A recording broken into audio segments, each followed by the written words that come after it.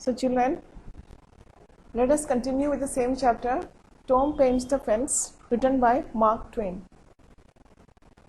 So yesterday you heard Tom beginning to whitewash the fence because it was a part of punishment given by his aunt.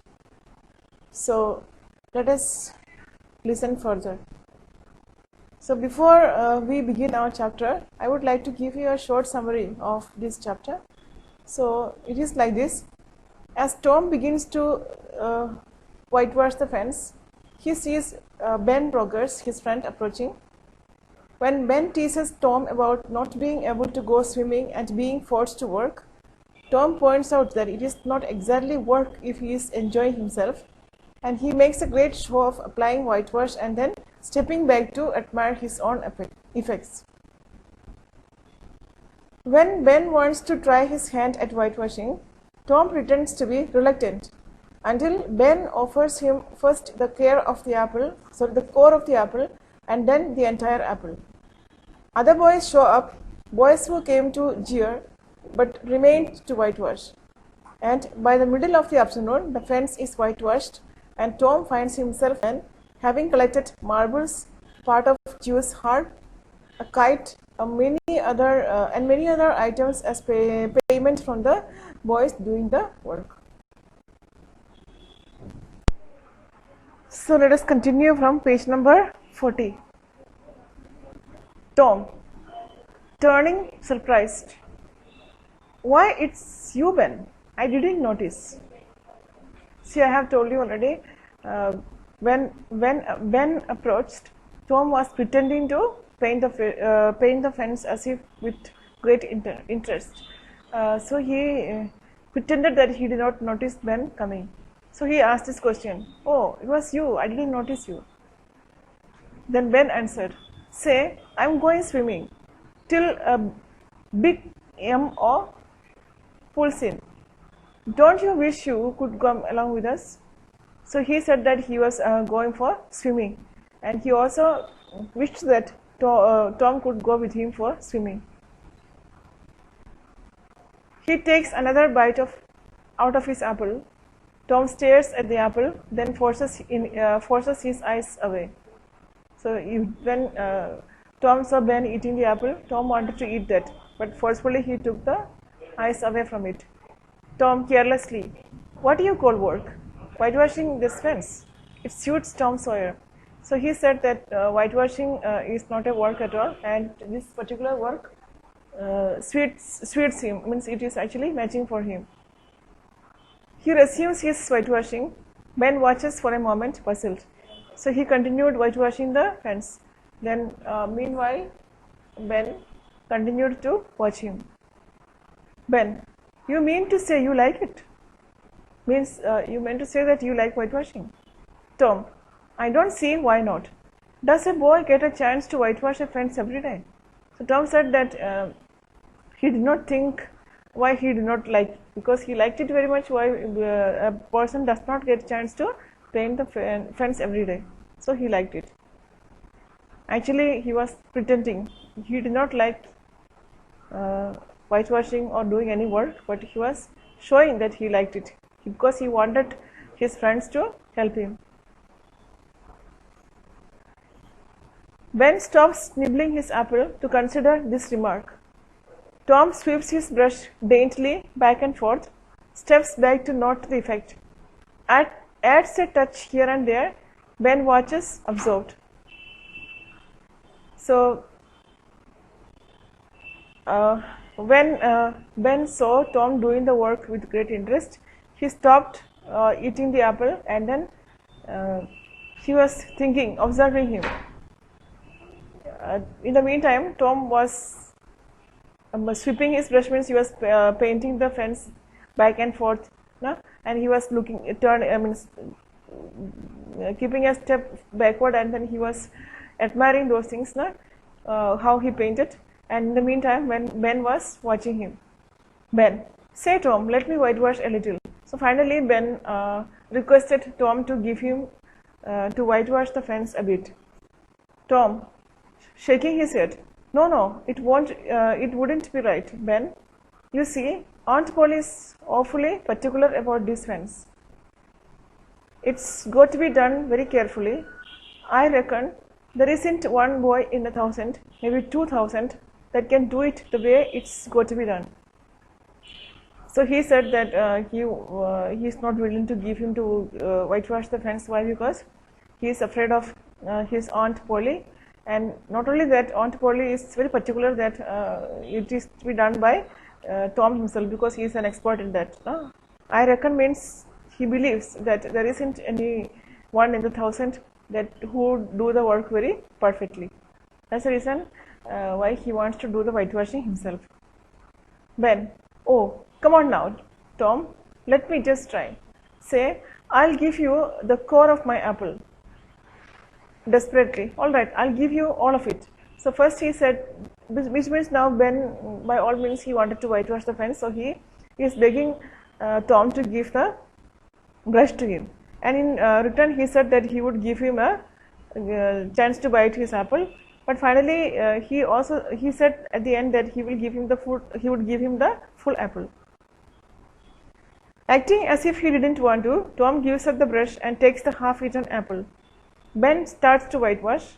Tom sits on the upturned barrel and takes luxurious bite from the apple. Finally, Tom agreed unwillingly, acting as if he did not want to give to Ben. And then he took the half-eaten apple from Ben, and then he sat on a barrel and he began eating the apple while Ben was whitewashing the fence. Tom, now be careful, Ben. I'm risking an awful lot just letting you do that.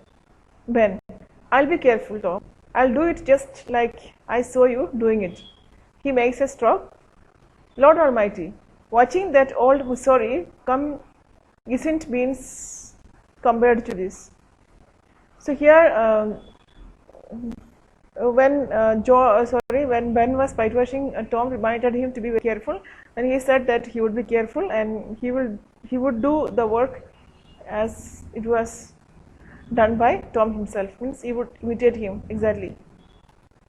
Then once more in the distance, the big Missouri sounds its whistle. It is actually this big Missouri is that, see, when he came, you remember he was actually whistling like a steamboat. Now he is saying about steamboat only. This big Missouri is a steamboat. In his mind, he is thinking about a steamboat. So he says, once more in the distance, the big Missouri sound its whistle. Tom looks up anxiously. Ben doesn't even notice. Soon, Joe races in, carrying a kite.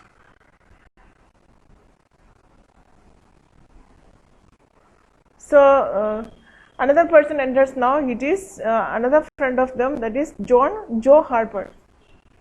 Now Joe said, "Say Tom, you hear Big Mo? She's rounding Potter's. Suppose we cut across the hill and follow her up along the shore." So this Big Mo is also a steamboat. So Joe is asking Tom to go along with him and follow the boat. Tom, some other time, Joe. Me and Ben's got more important things to do than watching steamboats. So he said that they had some other work, important work, and they did not have time to watch steamboats. Joe, puzzled. What are you doing that's so important? Tom, whitewashing. Joe, whitewashing? What do you want to do on a Saturday? Saturday is a holiday for children there, so they did not do any work on that day. So here on a Saturday, Tom was whitewashing, so he was puzzled to see that. Ben proudly, when else can you get a chance to whitewash the fence? Joe, no. Joe, say Tom, you hear Big Mo. She's rounding Potter's Landing. Suppose we cut across the hill and follow her up along the shore. So here Joe came, and then he was actually asking Tom if he hadn't heard the sound of the steamboat, and he actually wanted to take Tom and go and see the steamboat. Tom, some other time, Joe. Me and Ben's got more important things to do than watching steamboats. So he just refused, telling that both of them had different works to do. Joe, puzzled. What are you doing that's so important? Tom, whitewashing. whitewashing. What do you want to do for that for on a Saturday? So Joe could not believe why he was whitewashing on a Saturday, because Saturday was a holy day. Ben proudly, when else can you get a chance to whitewash the fence? Joe, who wants to whitewash the fence? Tom, that's all you know, Joe Harper. You ever whitewashed one? So Tom asked Joe another question, whether he ever whitewashed a fence. Joe, no. What is special about it? Looking from Ben to Tom, how come Ben is whitewashing your fence for you? You paying him? So Joe could not make out why Ben was whitewashing the fence for Tom. Tom, paying him? Why, Joe? He begged me so hard and I just had to let him for a while. I don't even know that I should have done it, even for the apple he gave me. Not everybody can whitewash the fence. So Tom was actually refusing. He said that it was actually Ben Rogers. He had actually forcefully, no, he wanted to do the whitewashing, so he had forced Tom to give him the brush, and in return he had given the apple. And he said that for that single apple he should not have given the work to Ben. Why? Because nobody can do whitewashing as perfect as he himself. Joe, I can whitewash a fence as good as Ben can. Tom, well, I don't know. I just told Ben he could do it a while.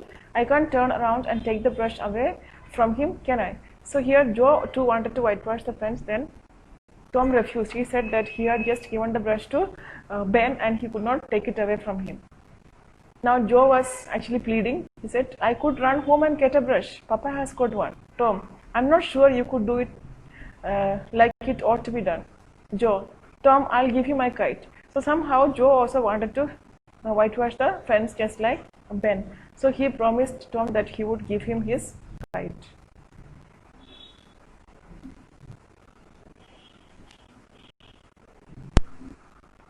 Now Joe hands him his kite. Tom is now sitting on the barrel holding the kite. Joe and Ben stand side by side whitewashing the fence. Big Mo sounds again. Tom looks anxiously at the still largely unpainted fence and looks around. Another boy of Tom's age and size comes down the pavement, swinging a dead rat by a string. Soon a crowd of boys come along besides the kite and the dead rat. The barrel soon holds a window sash, 6 marbles, a piece of chalk, a glass stopper from a decanter, a tin soldier, a couple of tadpoles, 6 firecrackers, a kitten with one eye, a brass doorknob, a dog collar, a knife handle. Now after Joe, many other boys came. Everyone had something or the other in their hand. They all of them wanted to help, or they also wanted to try whitewashing the fence. So they offered something or the other to Tom. Whatever they had, just like marbles, firecrackers, knife, all those things they offered to Tom. In addition to Joe and Ben, an army of boys are gathered around the fence whitewashing. Tom leans against the barrel, idly watching the working, sweating the group. Tom, all right, Joe, Billy, Johnny, that's enough. Sam, Jonah, Chuck, your turn. So now actually Tom was sitting on the barrel and he was controlling the boys. Okay, your turn is okay over now. Now go to you to next person. All those things. The other boys gather around, demanding a chance at the final boat. So only one piece was left to be what they call whitewashed. It was a single plank. Now all of them wanted to try there too.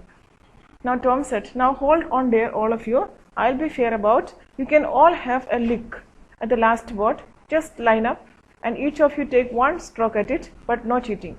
So now he told all the boys to stand in a line and then give only a single stroke at the last piece. So everyone, he wanted to give a chance to everyone. So Joe came out first. He wanted to give the first stroke. He leaps to the unpainted boat and stands in front of it, shouting and pushing. The other boys line up behind him. Tom hands the brush to Joe. Tom, only one lick. Joe, then pass it along. So Tom instructed Joe to give one stroke and then pass it to the others. Now in the kitchen, Aunt Polly rises from her knitting. So far she was knitting inside her kitchen. Now she finished and then she got up. She remembered about Tom. Aunt Polly, muttering to herself, means she was telling to herself, I think I would best get out there and how much the child did after running or before running away. I suppose if he has done 1/4 of it, I ought to be satisfied. So she was actually talking to herself. She wanted to go to see how much work or how much Tom had whitewashed before he ran away.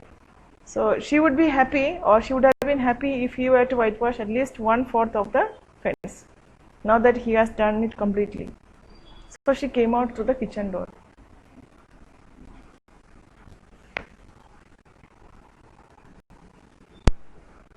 On the pavement, Tom is sitting on the barrel, arranging his wealth. The boys have gone. Aunt Polly comes to the gate, sees Tom, and descends on him. So she came out, and then when she came out, she saw Tom was sitting on the barrel and the fence was completely finished whitewashing. He was sitting and then examining the things that he had collected from his friends. Aunt Polly, is this the way you whitewash the fence? Playing with geegaws? She's about to hit him. She did not notice how much whitewashing was done. She saw him playing with those things what he had, so she wanted to hit him. Tom, but it's all done, Auntie. Aunt Polly, Tom, don't lie to me. I can't bear it.